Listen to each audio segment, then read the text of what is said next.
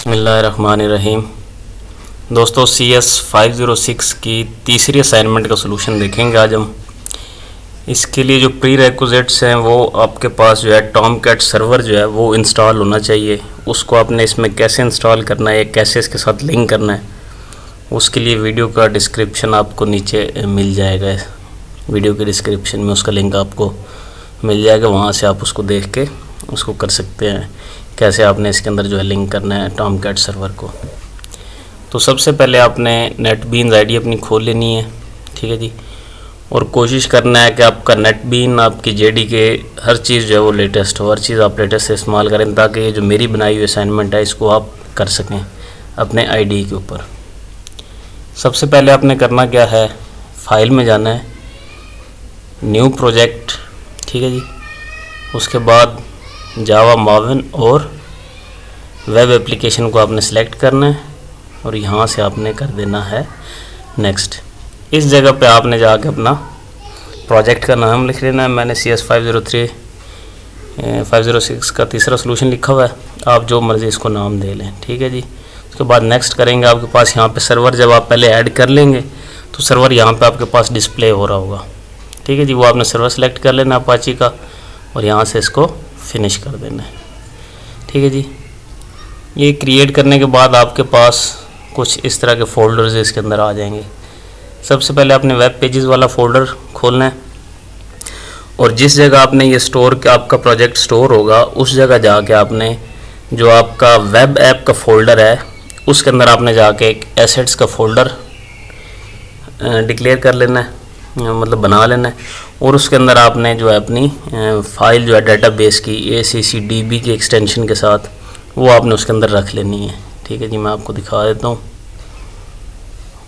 ये देखें, ये वेब ऐप का फ़ोल्डर है मेरा, इसके अंदर एसेट्स और एसेट्स के अंदर ये फ़ाइल पड़ी हुई है, ठीक है जी। और इस फाइल के अंदर जो है जो दो टेबल हमें उन्होंने दिए हुए थे, ये लॉगिन क्रेडेंशियल का एक और एक स्टूडेंट का है, ठीक है जी।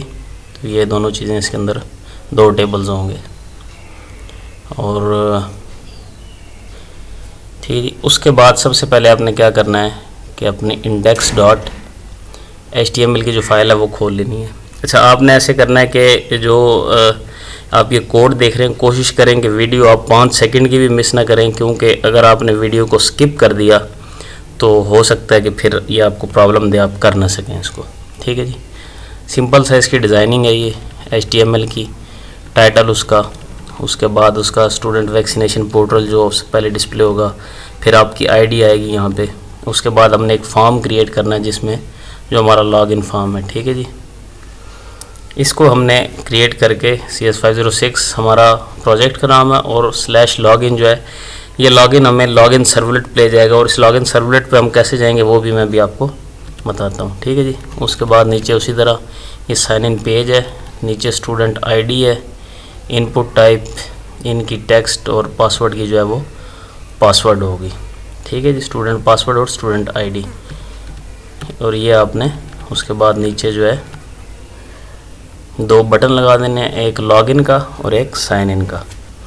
तो ये तो थी आपकी index.html की फ़ाइल, ठीक है जी।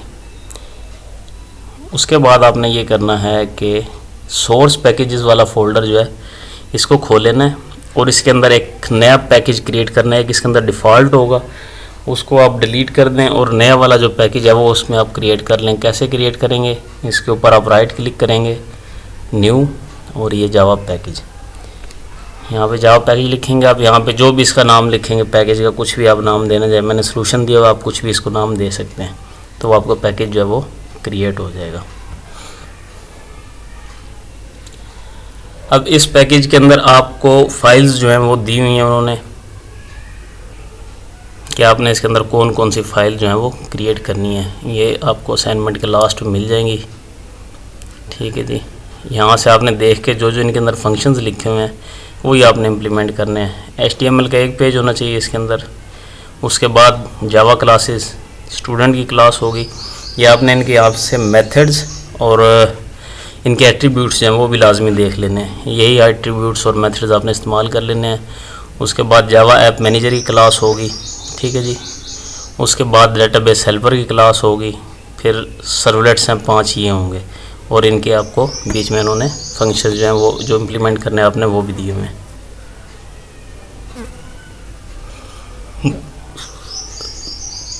तो सबसे पहले हम चलते हैं स्टूडेंट क्लास की तरफ। ये आ गई हमारी स्टूडेंट क्लास, ठीक है जी। इसके अंदर देखें जी हमने क्या किया जी, पहले जो उन्होंने एट्रीब्यूट्स दिए हुए थे वो सारे के सारे एट्रीब्यूट्स लिए हमने। उसके बाद एक इसका एम्प्टी कंस्ट्रक्टर बनाया मैंने, और एक इसकी आईडी के साथ, एक इसके 5 जो वेरिएबल्स हैं इसके डाटा मेंबर्स हैं उनके साथ, और एक जो है वो मैंने फुल कंस्ट्रक्टर बनाया हुआ है। तो ये इसकी इस फाइल के अंदर आपको लिखने की ज़रूरत नहीं है, आप सिंपली फंक्शन का बटन जो आपके लैपटॉप पे या कंप्यूटर पे है उसको और आल्ट को होल्ड करके आप इंसर्ट दबाएंगे तो यहाँ पे ये आपके पास आ जाएगा। आपने अगर कंस्ट्रक्टर जनरेट करना है, कंस्ट्रक्टर पे क्लिक करें, जिन जिन चीज़ों का आपने कंस्ट्रक्टर बनाना है उनको चेक करें और इसको यहाँ से जनरेट कर दें। सिमिलरली फंक्शन आल्ट और इंसर्ट की प्रेस करने से आप जो है इसे गेटर्स और सेटर्स जो हैं वो ऑटोमेटिकली जनरेट ये कर देगा। ये नीचे ऑटोमेटिकली जनरेट हुए हैं, इनको आपको कोड करने की या लिखने की ज़रूरत नहीं है। ठीक हो गया। अच्छा, उसके बाद हम आते हैं अपनी स्टूडेंट एप्लीकेशन मैनेजर जावा वाली क्लास की तरफ। इसके अंदर उसने 2 एट्रीब्यूट्स आपको दिए हुए हैं, एक स्टूडेंट टाइप का और एक डेटाबेस हेल्पर टाइप का। ठीक है जी। सबसे पहले जो हमारा फंक्शन है उसके अंदर इनिट डेटाबेस का है, इसको हम स्टूडेंट आईडी पास करेंगे, डेटाबेस हेल्पर को हम इनिशियलाइज़ करवा लेंगे और स्टूडेंट का रिकॉर्ड जो है उसके अंदर हम रख लेंगे। उसके बाद स्टूडेंट की डिटेल्स लेने के लिए जो है वो हम उसी स्टूडेंट के ऑब्जेक्ट को यहाँ पे रिटर्न कर देंगे, और स्टूडेंट को वेरीफाई करने के लिए हम इसको 2 वेरिएबल्स देंगे, एक देंगे हम आईडी का और एक पासवर्ड का। बूलियन एक डिक्लेयर कर लेंगे, फॉल्स कर लेंगे उसको। ट्राई के अंदर हम डेटाबेस हेल्पर क्लास जो है उसको इनिशियलाइज़ कर लेंगे, क्योंकि डेटाबेस हेल्पर को इनिशियलाइज़ करने के लिए ज़रूरी है कि आप एंट्री पॉइंट पे जो है वो उसको इनिशियलाइज़ करें। ठीक है जी। और उसके बाद इस ट्राई कैच ब्लॉक के बाद आप जो डेटाबेस हेल्पर का जो गेट लॉगिन डिटेल वाला फंक्शन होगा उसको आप स्टूडेंट आईडी और पासवर्ड पास करके चेक करवा लेंगे कि आया कि वाकई स्टूडेंट की आईडी और पासवर्ड ठीक है। अगर तो वो ठीक होगा तो इस वैलिड के अंदर वैल्यू ट्रू आ जाएगी, एल्स ये फॉल्स होगी। उसके बाद रिकॉर्ड इंसर्ट करने के लिए हमने क्या किया है कि हम स्टूडेंट का जो ऑब्जेक्ट है वो इसको पास करेंगे। ठीक है जी। इसमें भी हम एक बूलियन डिक्लेयर कर लेंगे। अगर तो जो स्टूडेंट का ऑब्जेक्ट हमने पास किया है वो नल नहीं है तो फिर वो स्टूडेंट का रिकॉर्ड जो है वो इंसर्ट कर देगा, एल्स वो उसका रिकॉर्ड इंसर्ट नहीं करेगा और फॉल्स जो है वो रिटर्न हो जाएगा। सिमिलरली जो आपका अपडेट का रिकॉर्ड है, अपडेट स्टूडेंट रिकॉर्ड, ये वाला भी इसी तरह काम करेगा। अगर तो ऑब्जेक्ट जो आप पास कर रहे हैं उसको वो नल नहीं है तो वो अपडेट हो जाएगा, अगर तो वो नल नहीं है तो अपडेट हो जाएगा, एल्स वो फॉल्स उसको रिटर्न कर देगा। ठीक हो गया। अच्छा, यहाँ तक आपने इसको कर लेना। उसके बाद हम देखते हैं अपनी डेटाबेस हेल्पर की क्लास। ठीक है जी। इस डेटाबेस हेल्पर क्लास के अंदर आपने एक स्ट्रिंग और एक पाथ का वेरिएबल डिक्लेयर कर लेना है, और आपने क्या करना है, यहाँ पे जो गेट कनेक्शन का जो पहला फंक्शन उन्होंने दिया हुआ है, क्लास फॉर नेम, और आगे यू कैन एक्सेस ड्राइवर को, और जो इसका यूआरएल होगा वो आपने सारे का सारा इसके अंदर लिख देना है। यहाँ पे इस जगह ये मेरा यूआरएल, आपने अपना यूआरएल लिखना है यहाँ पे। इस यूआरएल को आप गेट कैसे कर सकेंगे, आप जाएंगे अपने फोल्डर के अंदर, यहाँ से आप इसको कॉपी करेंगे और वहाँ पे जाके इसको पेस्ट कर देंगे। ठीक हो गया जी। और ये इसके अंदर आपने जो फॉरवर्ड स्लैशेस हैं ये डबल लगानी है, इस बात को याद रखना आपने। ठीक है जी। उसके बाद हम लॉगिन डिटेल वाला जो फंक्शन है उसमें हम क्या करेंगे, वैलिड यूज़र को चेक करेंगे, सेलेक्ट करेंगे क्रीडेंशियल्स को अपने लॉगिन क्रीडेंशियल वाले टेबल से, और उसकी क्यूरी को जो है हम एग्जीक्यूट कर देंगे। तो जो यूज़र ने पास की है वो वाली आईडी पासवर्ड और जो हमने टेबल से उठाया है वो वाले आईडी पासवर्ड हम यहाँ पे मैच कर रहे हैं। ठीक है जी। अगर तो वो मैच हो जाते हैं तो वैलिड है यूज़र, एल्स जो है वो यूज़र वैलिड नहीं होगा। स्टेटमेंट को और रिजल्ट सेट को हम यहाँ पे क्लोज कर देंगे, और ये साथ एक्सेप्शन जो है हम वो ले लेंगे। उसके बाद गेट रिकॉर्ड वाला है। अब रिकॉर्ड लेने के लिए हमें स्टूडेंट की आईडी जो है वो देनी पड़ेगी, और एक हम स्टूडेंट का जो है वो कर लेंगे, वेरिएबल डिक्लेयर कर लेंगे, और जो स्टूडेंट का रिकॉर्ड है वहाँ से उसका नाम, उसका आईडी, उसका इंस्टीट्यूशन का नेम, एड्रेस और कोविड का रिज़ल्ट जो है वो वाला वो स्टूडेंट टेबल से लेंगे हम, जहाँ पे स्टूडेंट आईडी हमारे पास दी गई होगी। ठीक है जी, उसको हम एग्जीक्यूट कर लेंगे और चेक कर लेंगे कि अगर तो हमारे पास रिज़ल्ट आया, रिज़ल्ट सेट में कुछ है हमारे पास, हम एक नया जो हमने स्टूडेंट का जो वेरिएबल डिक्लेयर किया था उसको हम असाइन कर देंगे सारी की सारी चीज़ें, ताकि हमारे पास एक पूरा प्रॉपर जो है वो ऑब्जेक्ट बन जाए स्टूडेंट का। अगर तो वो नहीं होता, मतलब आईडी गलत आ जाती है हमारे पास, तो वो नल रिटर्न कर देगा। स्टेटमेंट को, रिज़ल्ट सेट को हम क्लोज़ कर देंगे इसी तरह, और लास्ट पे स्टूडेंट को हम रिटर्न कर देंगे। इंसर्ट रिकॉर्ड करने के लिए भी हम इसको एक देंगे, क्या कहते हैं इसको, ऑब्जेक्ट देंगे स्टूडेंट का, और उसको हम पहले चेक कर लेंगे कि आया कि वो पहले से तो इंसर्ट नहीं हुआ हुआ रिकॉर्ड।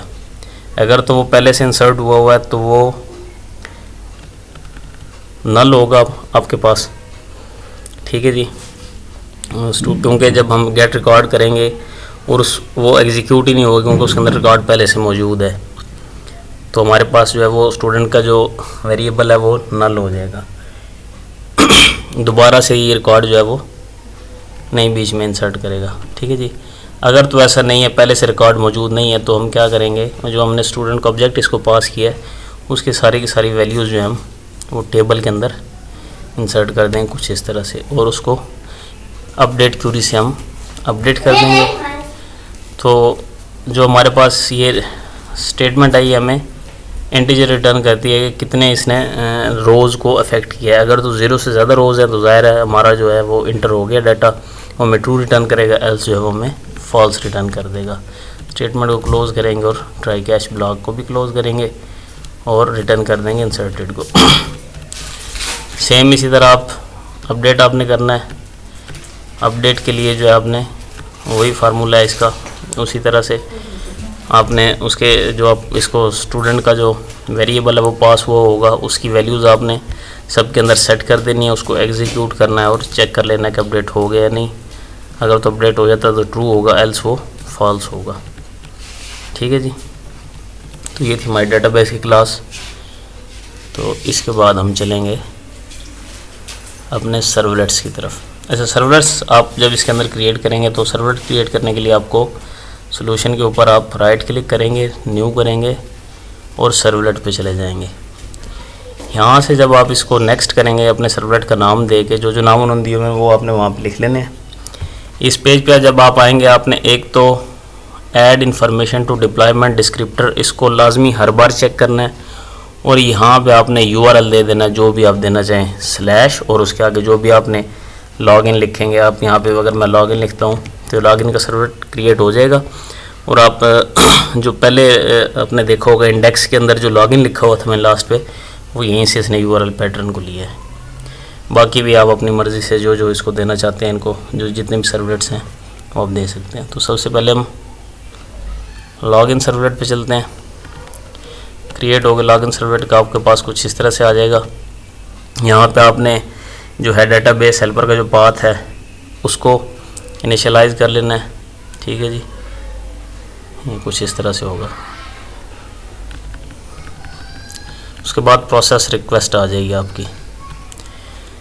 तो इस सब प्रोसेस रिक्वेस्ट के अंदर आपने सबसे पहले देखना है कि अगर तो यूज़र जो है वो गलत इंटर कर देता है तो वो एक पेज पे चला जाएगा जहाँ से वो वापस दोबारा इंडेक्स वाले पेज पे आ सके। अगर तो वो उस गो बैक बटन जो होगा हमारा उसकी वैल्यू नल नहीं है तो वो हमें इंडेक्स वाले पेज पे ले जाएगा। अगर तो वैल्यू नल होगी ज़ाहिर है फिर वो आगे फर्दर उसको प्रोसेस करना शुरू कर देगा अपनी जो भी उसको दिया गया होगा यूज़र नेम और पासवर्ड।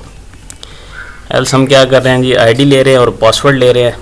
ठीक है जी, और जो हमारा स्टूडेंट है मैनेजर का जो वेरीफाई स्टूडेंट लॉगिन है उसको हम पास कर रहे हैं। वहाँ से हम चेक कर रहे हैं कि आया यूज़र वैलिड है कि नहीं वैलिड। अगर तो यूज़र वैलिड होगा तो वो इनिट होम पेज सर्वलेट पे चला जाएगा, एल्स वो क्या करेगा login view login error page के फंक्शन पे जाएगा। ये दोनों फंक्शन मैंने नीचे क्रिएट किए हुए हैं। ये पहले इनिट होम पेज वाला है, इस पे आके आपने क्या करना है कि जो रिक्वेस्ट और रिस्पांस है उसको डिस्पैच कर देना है होम पेज पे। ठीक है जी, ये स्लैश होम पेज, ये सर्वलेट जो मैंने क्रिएट किया हुआ था होम पेज वाला, उसका URL है ये।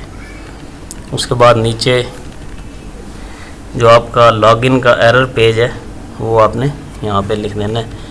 ये इसकी थोड़ी सी असल में स्टाइलिंग मुश्किल होती है इसके अंदर, जावा के अंदर HTML को लिखना। तो ये यहाँ से आप इसको देख के भी लिख सकते हैं। ये साइन इन एरर है इसका, और ये आपको दिखा देता हूँ, बाकी तो आप कर लीजिएगा यहाँ पे। ये मेथड इसका, और ये फॉर्म बनाया मैंने एक, और उसको मैं लॉगिन वाले इसी पेज के ऊपर मैं उसको जो है वो सबमिट करवा रहा हूँ। क्यों सबमिट करवा रहा हूँ? ताकि मुझे जो गो बैक वाली वैल्यू है वो मुझे मिल जाए। ठीक है जी, तो ये गो बैक का मैंने बटन इसके अंदर लगाया हुआ है, और ये गो बैक टू लॉगिन। ठीक है जी, तो ये था हमारा सर्वलेट लॉगिन का। उसके बाद जब लॉगिन हो जाएंगे तो हम जाएंगे होम पेज के ऊपर। ये होम पेज का सर्वलेट आ गया। अभी होम पेज के सर्वलेट के लिए आपने क्या करना है, सबसे पहले तो प्रोसेस रिक्वेस्ट होगी। अब होम पेज भी लॉगिन का लॉग आउट का बटन है, वो उसको हम चेक करेंगे कि अगर तो लॉग आउट का बटन नल नहीं है तो वो लॉगिन वाले पेज पे चला जाए। अगर अप्लाई वैक्सीनेशन वाला बटन नल नहीं है तो वो अप्लाई वैक्सीनेशन वाले सर्वलेट पे चला जाए, या फिर व्यू एप्लीकेशन वाले पे चला जाए, या फिर अपडेट एप्लीकेशन वाले पे चला जाए। अगर इनमें से सारे के सारे नल हैं, ये बटन कोई भी प्रेस नहीं हुआ तो वैक्सीनेशन पोर्टल जो है वो उसको डिस्प्ले करवाएगा। ये उसी तरह आपका जो कॉन्टेक्स्ट है रिक्वेस्ट डिस्पैचर के साथ आपने कर देना। इसको देख लें आप, ये सेम है इसी तरह जितने भी फंक्शन हैं। अप्लाई वैक्सीनेशन है, उसके बाद व्यू एप्लीकेशन है, उसके बाद अपडेट एप्लीकेशन है। ये सारे के सारे जो आपने इनको पाथ देना है, ये वही वाला पाथ होगा जो आपने सर्वलेट के अंदर डिक्लेयर करना है जब आप सर्वलेट बना रहे होंगे। जो वैक्सीनेशन पोर्टल है ये उसका कोड है जी। ये इसके अंदर हेड है, बॉडी है, और उसके अंदर फॉर्म बनाया हुआ हमने एक। ठीक है, और इसको हम होम पेज के ऊपर ही सबमिट करवा रहे हैं क्योंकि हमने यहीं से आगे फर्दर जाना है।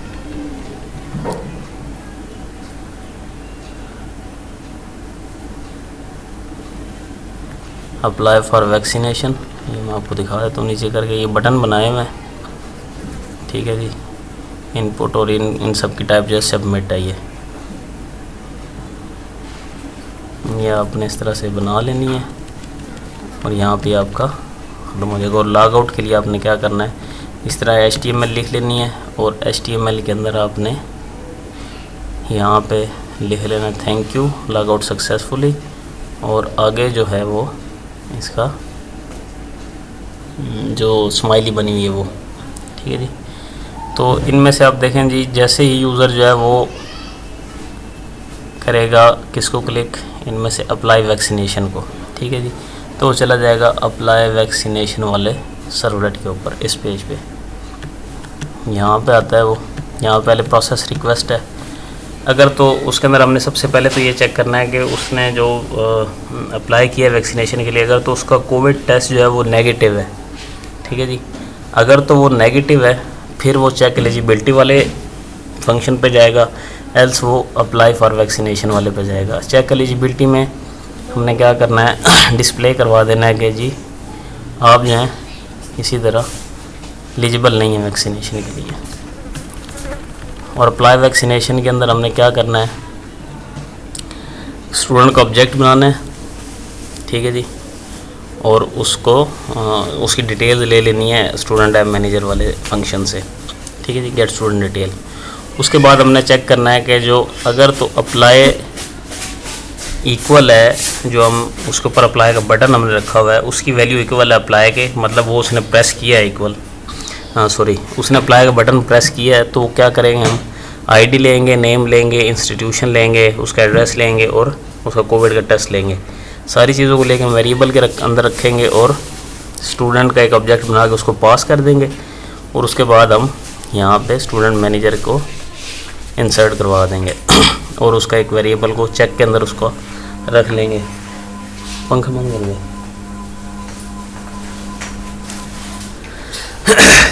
फिर हम उसको चेक करेंगे कि अगर तो ट्रू आता है हमारे पास, ठीक है जी, हम उसको डिस्प्ले करवा देंगे सक्सेस का कि ठीक है जी एप्लीकेशन सबमिटेड सक्सेसफुली। अगर तो वहाँ से फॉल्स आता, फॉल्स का मतलब होगा कि पहले से उसने एप्लीकेशन जो है वो सबमिट करवाई हुई है, एल्स में हम उसको रख देंगे, ठीक है जी, you have already submitted the application.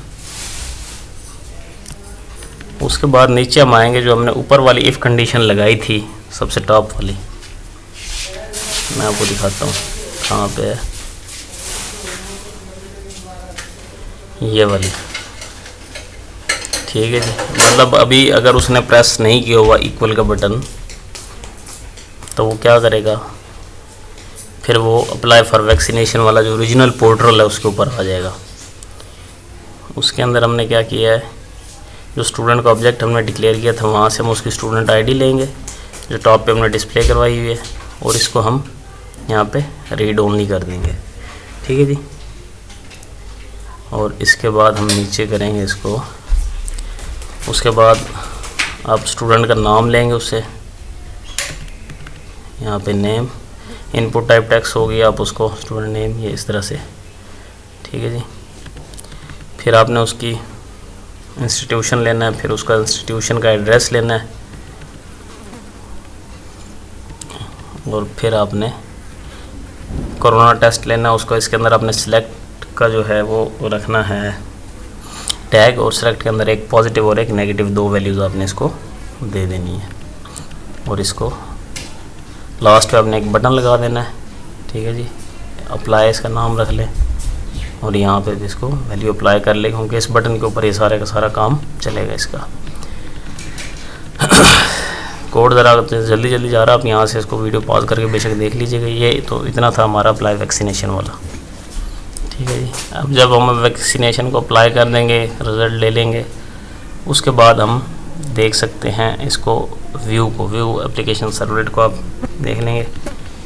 इसके अंदर आपने जो प्रोसेस रिक्वेस्ट है इसका सबसे पहले उसके अंदर देखना है। अगर तो अपडेट वाला बटन नल है तो आपने क्या करना है,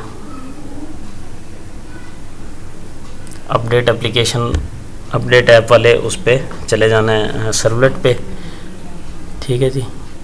अगर तो वो नो करता है, मतलब अपडेट नहीं करना चाहता व्यू करने के बाद, तो क्या करेगा वो, फिर वो होम पेज पे दोबारा चला जाएगा जहाँ पे चारों के चारों हमारे ऑप्शंस आ रहे होंगे। एल्स क्या करेगा, वो एप्लीकेशन अपनी व्यू कर सकेगा। व्यू करने के लिए वो देखेगा जी स्टूडेंट का, हम स्टूडेंट की डिटेल लेंगे। अगर तो स्टूडेंट की डिटेल नहीं है, मीन्स के रिकॉर्ड पड़ा हुआ हमारे पास, तो वो इसके अंदर डिस्प्ले करवा देगा। हाँ, अगर तो स्टूडेंट का रिकॉर्ड अगर वो हमारे पास नल आ जाता है तो वो उसको मैसेज दे देगा कि apply for vaccination then view the application last पे। फिर अगर तो ऐसे नहीं है, फिर हम उसको उसकी एप्लीकेशन जो है वो दिखा देंगे। एप्लीकेशन के अंदर आपने टेबल बना लेना है, स्टूडेंट की आईडी के सामने स्टूडेंट की आईडी लिख देनी है, नेम के सामने स्टूडेंट नेम को गेट कर लेना है, इंस्टीट्यूशन के सामने इंस्टीट्यूशन को, ऐसे सही नज़र आएगा, ठीक है जी। और एड्रेस के सामने एड्रेस को, कोरोना टेस्ट के सामने कोरोना टेस्ट को, और आपने इनको उसके अंदर नहीं लिखना, फॉर्म के अंदर आपने इसको सिंपल लिख देना स्ट्रिंग की तरह, ठीक है जी। और लास्ट पे आपने एक जो फॉर्म क्रिएट किया हुआ है ऊपर, उसके अंदर आपने ये मैसेज यहाँ पे लिख लेना है, would you like to update the application, press update to confirm और नो टू गो बैक, ठीक है जी। और एक और टेबल क्रिएट करके उसके अंदर आपने 2 बटन बना लेने हैं, एक को अपडेट का नाम दे लेना है, एक को नो का, और ये इनकी वैल्यूज़ होंगी। यहाँ पे आपका ये व्यू वाला भी ख़त्म हो जाएगा सर्वलेट। अच्छा जी, उसके बाद आता है आपका अपडेट सर्वलेट वाला। अपडेट सर्वलेट के अंदर इसी तरह आपने पहले प्रोसेस रिक्वेस्ट है, ठीक है जी, एक ओके का बटन होगा उसके अंदर, मतलब कि हम जब उसको अपडेट करके उसको ओके करेंगे या अपडेट करेंगे इसके अंदर देख लेते हैं उसका नाम क्या दिया हुआ, ताकि आप उसको अपडेट करने के बाद उसका बटन का नाम क्या है। हाँ ओके ही है, ओके ही नाम दिया हुआ है। ओके अगर नल नहीं है तो स्टूडेंट का रिकॉर्ड अपडेट कर देंगे। एस जो है हम उसका स्टूडेंट का जो फॉर्म है उसको डिस्प्ले करेंगे। अपडेट रिकॉर्ड में हम क्या करेंगे कि सारे के सारे पैरामीटर्स लेंगे, सेम उसी तरह उसका एक ऑब्जेक्ट बनाएंगे और अपडेट रिकॉर्ड वाले स्टूडेंट को उसको हम पास कर देंगे और चेक कर लेंगे कि आया कि हमारा अपडेट हो गया या नहीं हुआ। अगर तो अपडेट हो जाएगा तो हमें वो मैसेज दे देगा कि एप्लीकेशन अपडेटेड सक्सेसफुली, और उसके बाद हम सेट डाटा फॉर्म जो है इसका, उसके अंदर हम उसको डिस्प्ले करवा रहे हैं। इसी तरह हम पहले चेक कर लेंगे कि स्टूडेंट का जो हमें ऑब्जेक्ट मिला है वो नल नहीं है।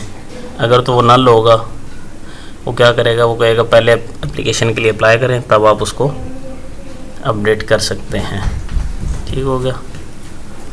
और एल्स लास्ट पे जाके हम उससे अपडेशन लेंगे सारी की सारी।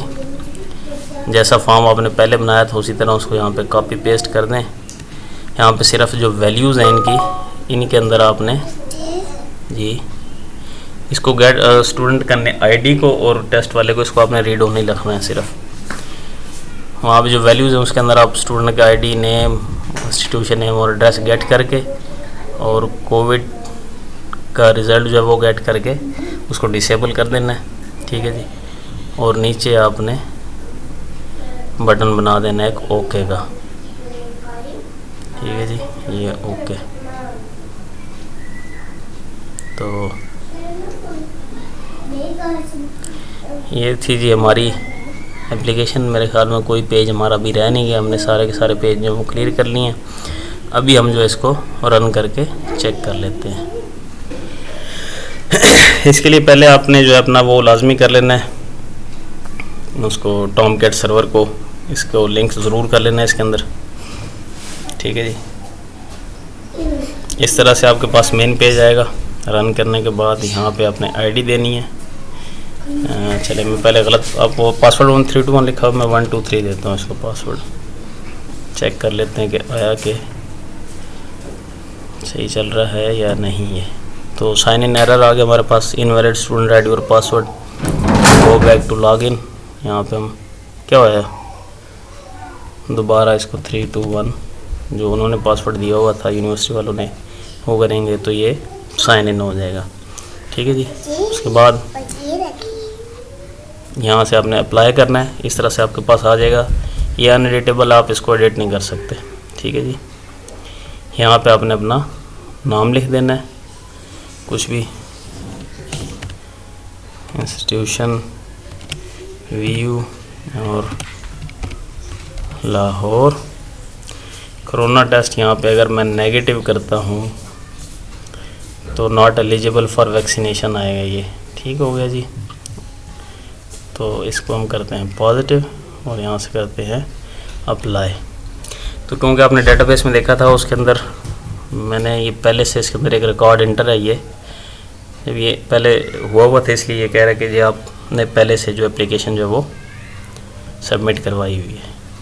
ठीक है जी। उसके बाद हम व्यू एप्लीकेशन पे चले जाते हैं। ये यहाँ पे इसने इस तरह आ जाएगा आपका student ID, name, institution, address, corona test आपका। तो नो करेंगे तो आप ये दोबारा स्टूडेंट पोर्टल पे चला जाएगा। और अगर आप अपडेट करते हैं तो ये अपडेट पे आ जाएगा यहाँ पे इस तरह। तो ये दोनों चीज़ें, ये भी अनएडिटेबल है, ये भी। यहाँ पे आप इसका नाम वगैरह चेंज कर सकते हैं। आप ओके करेंगे, एप्लीकेशन आपकी अपडेटेड सक्सेसफुली हो गई है। ठीक है जी। तो इतनी सी थी ये हमारी। यहाँ से भी वैसे आप व्यू के बाद भी अपडेट पे जा सकते हैं, आप यहाँ से भी अपडेट पे जा सकते हैं। यहाँ से जब हम इसको लॉग आउट करेंगे तो ये thank you log out successfully वाला आपके पास सामने आ जाएगा। तो मुझे उम्मीद है कि असाइनमेंट आप इसको देख के कोड को सारे कर लेंगे और दुआओं में याद रखिएगा। चैनल को सब्सक्राइब ज़रूर कीजिएगा। नेक्स्ट वीडियो तक के लिए अल्लाह हाफ़िज़।